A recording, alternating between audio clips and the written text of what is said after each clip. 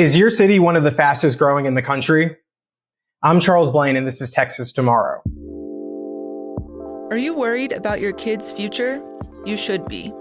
You're listening to Texas Tomorrow with Charles Blaine. Join Charles as he talks about the people and issues that are affecting you and your family at the local level of government. The U.S. Census Bureau tracks everything from births and deaths to immigration and outmigration, and obviously everything else in between. But a new report is highlighting what major metropolitan areas people are moving to, and unsurprisingly, many of the cities that top that list are in Texas. In general, it shows what we've seen on the ground, and that's people are moving from high tax states to low tax states. But they're also moving from central cities to smaller cities. Tax burdens and expensive housing are the primary drivers, but so are cost of living and quality of life and proximity to family. The census looks at the annual population estimates for 800 cities, and most of the cities where people are moving are located right here in the Sun Belt. That's the area of the southern United States that covers the span of New Mexico to Florida. In the top 20 list, Conroe, Texas is number 14, and it's on 11% increase in population just in 2 years. And Burleson, Texas is next up at number 13 with an 11.2% population increase within the same time span. Cities in Florida and Arizona fill the gap before getting to another Texas city at number 8, which is New Braunfels, which had a 14% population increase.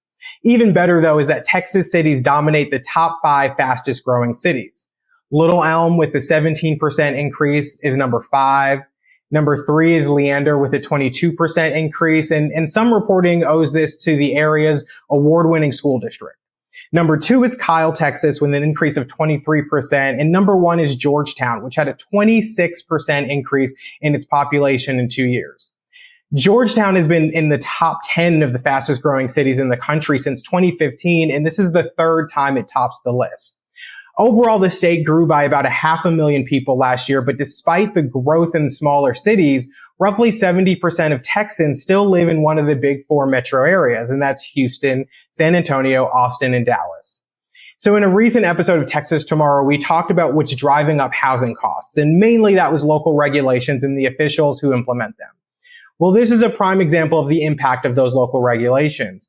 Much of the increase in housing costs that people are fleeing from other states is because of their local regulations on land use and housing.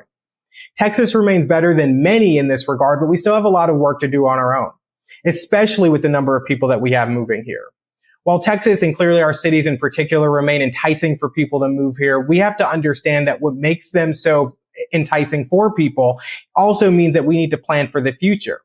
After coming in first and second, the mayor of Georgetown said they were adding 2 water treatment plants, road improvements to avoid traffic, and other improvements to entice businesses. So there are more jobs in the area for the people who are moving there. The first 2 are very real things that our local governments and cities across the state have to contend with when they see these massive influxes of population. Roads, water, public safety, public transportation, schools, all important components to a fully functioning city, and when one starts to crumble, it's not long before the others do too. But too often, cities ignore these issues until it's far too late, and then they either push for bonds or tax increases, claiming to the public that it's needed now more than ever because of the growth. But ultimately, it's because they didn't plan appropriately for the future. Texas is growing and will continue to do so, and our cities are serving as an engine for that growth, and our local officials should understand that and plan ahead so that those of us already here don't have to deal with the burden of them forgetting to plan ahead.